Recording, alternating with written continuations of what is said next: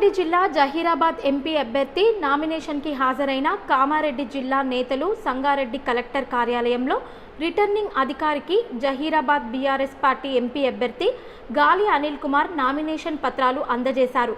ఈ కార్యక్రమంలో మాజీ శాసనసభాపతి పోచారం శ్రీనివాస్ రెడ్డి, మాజీ ఎమ్మెల్యే గంప గోవర్ధన్, సంగారెడ్డి జిల్లా జెడ్పీ చైర్మన్ మంజుశ్రీ, జైపాల్ రెడ్డి తదితరులు పాల్గొన్నారు.